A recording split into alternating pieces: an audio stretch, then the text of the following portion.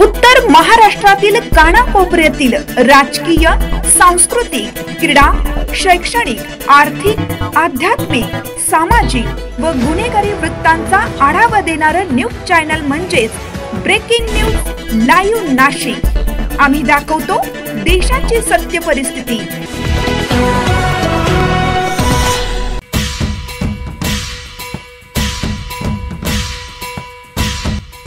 बौद्ध धम्म परिषदेसाठी धम्म उपासक भारतचेत गांगुर्डे यांची उपस्थित राहण्याचे आवाहन।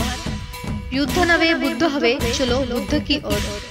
श्री काळाराम मंदिर प्रवेश सत्याग्रह मंगल मैत्री दिनानिमित्त रविवार दिनांक 2 मार्च 2025 रोजी सायंकाळी 4 वाजता हुतात्मा अनंत कान्हेरे मैदान नाशिक येथे होणाऱ्या बौद्ध धम्म परिषदेसाठी आपण कुठल्या पक्षाचे नसून आपण बौद्ध आहोत असे समजून उपस्थित राहण्याचे आवाहन धम्म उपासक यांनी केले।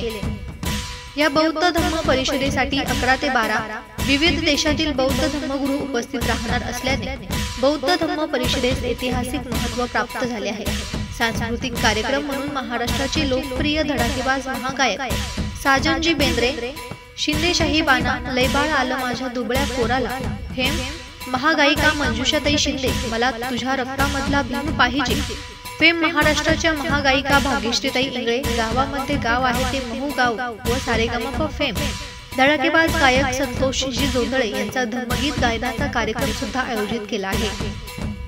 बौद्ध धम्म परिषद पक्ष संघटना विरहित असल्याने आपण सुद्धा पांढरा पोशाख परिधान करून सामील व्हावे हेच विनम्र आवाहन धम्म उपासक भारतचेत गांगुर्डे तसेच कृष्ण भारतचेत गांगुर्डे यांनी केले।